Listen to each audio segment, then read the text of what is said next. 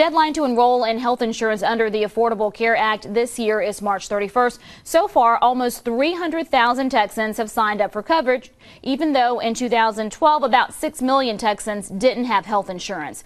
Fox 4's Lauren Huet reports a Beaumont doctor says despite the Affordable Care Act's goals, he hasn't seen any change in the number of uninsured in Texas.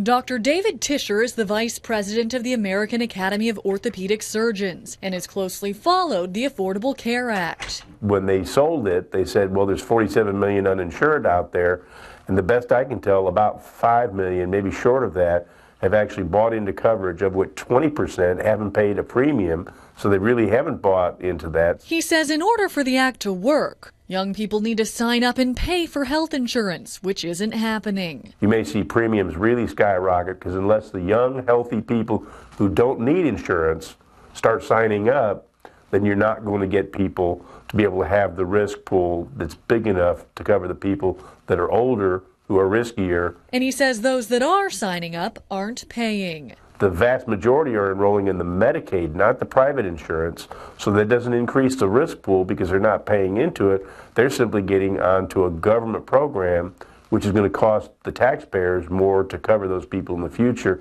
It really is unsustainable. Dr. Tischer says the biggest problem doctors are facing is the uncertainty of the bill, and the biggest problem facing patients is rising costs. We're seeing an awful lot of people who lost their coverage are now having to enroll again so they can maintain some coverage.